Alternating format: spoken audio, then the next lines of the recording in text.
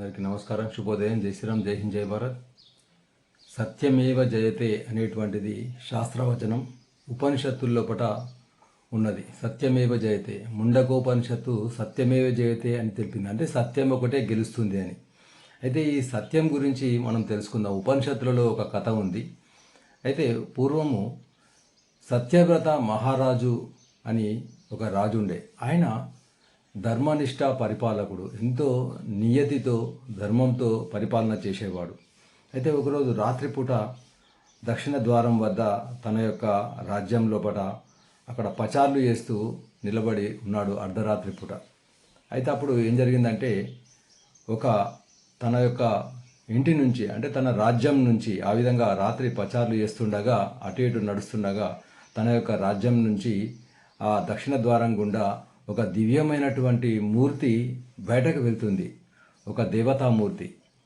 అప్పుడు రాజు అడిగాడు, ఎవరు నువ్వు, ఎందుకు నా రాజ్యం నుంచి వెళ్ళిపోతున్నావు తల్లి అని అడిగాడు. అప్పుడు ఆమె ఏం చెప్పిందంటే, నేను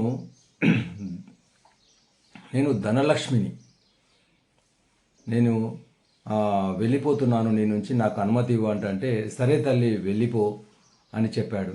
అప్పుడు ధనలక్ష్మి అక్కడి నుంచి వెళ్ళిపోయింది. తర్వాత మళ్ళీ అటు ఇటు తిరుగుతున్నాడు. మళ్ళీ ఇంకొక దివ్యమైనటువంటి మూర్తి తన యొక్క రాజ్యం నుంచి బయటకు వెళ్ళిపోతుంది.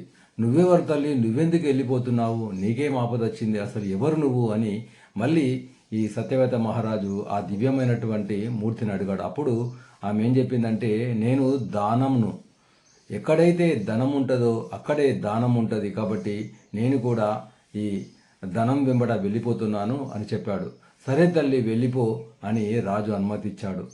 ఆ వెంటనే ఇంకొక దివ్యమైనటువంటి మూర్తి, మరొక మూర్తి రావడం జరిగింది. అప్పుడు రాజు అడిగాడు, నువ్వెవరమ్మా, నీకేం ఆపద వచ్చింది, నీకేం బాధ వచ్చింది, ఎందుకు నా రాజ్యం నుంచి వెళ్ళిపోతున్నావు అని అడిగాడు. అప్పుడు ఆమె చెప్పింది, నేను కీర్తికాంతను, ఎక్కడైతే ధనం ఉంటుందో, ఎక్కడైతే దానం ఉంటుందో అక్కడే కీర్తి ఉంటాను నేను, కాబట్టి ఇక్కడ ధనము లేదు, దానం లేదు, కాబట్టి నేను కీర్తికాంతను, నేను కూడా వెళ్ళిపోతున్నానంటే, సరే తల్లి వెళ్ళిపో, నీ ఇష్టము, నేనేం చేయలేను అని ఆ కీర్తికాంతకు కూడా అనుమతించాడు. కీర్తికాంత కూడా వెళ్ళిపోయింది. తర్వాత ఇంకొక దివ్యమైన మూర్తి, ఆశ్చర్యకరంగా ఇంకొక దివ్యమూర్తి వచ్చింది. అప్పుడు అడిగాడు, నువ్వెవరు తల్లి, నువ్వెందుకు వెళ్ళిపోతున్నావు అన్నప్పుడు అప్పుడు ఆమె చెప్పింది, నేను శుభలక్ష్మిని, శుభాలు కలుగజేసేటువంటి దాన్ని, ఎక్కడైతే ధనం ఉంటుందో, దానం ఉంటుందో, కీర్తి ఉంటుందో అక్కడే నేను శుభాన్ని కలిగిస్తాను, శుభలక్ష్మిని ఉంటుంది, కాబట్టి నేను కూడా వెళ్ళిపోతున్నానంటే అప్పుడు ఆ శుభలక్ష్మికి కూడా అనుమతి ఇచ్చాడు. సరే తల్లి వెళ్ళిపో,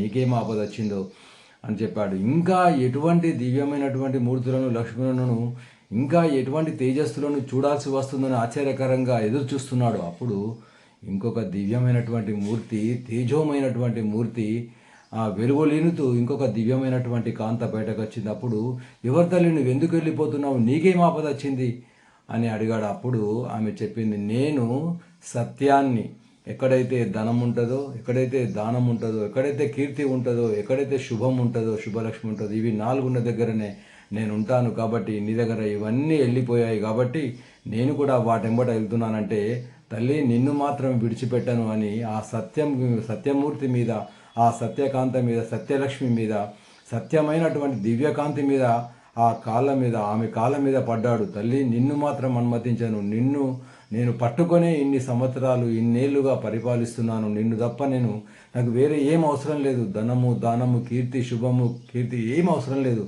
నాకు సత్యం ఒక్కటే చాలు అని ఆమె కాళ్ళ మీద పడి పడ్డాడు. అప్పుడు సత్యవ్రత మహారాజా, నీ యొక్క గుణాన్ని, నీ యొక్క సద్గుణాన్ని మెచ్చుకున్నాను, తప్పకుండా నేను నీ దగ్గరనే ఉంటాను, ఎవరైతే సత్యాన్ని పట్టుకొని ఉంటారో వాళ్ళ దగ్గర నేను ఉంటానని సత్యము మళ్ళీ రాజు యొక్క రాజ్యంలోకి ప్రవేశించింది. ఆ వెంటనే ఈ యొక్క ధనలక్ష్మి మళ్ళీ వచ్చేసింది. రాజా, ఎక్కడైతే సత్యం ఉంటుందో నేనక్కడనే ఉంటాను.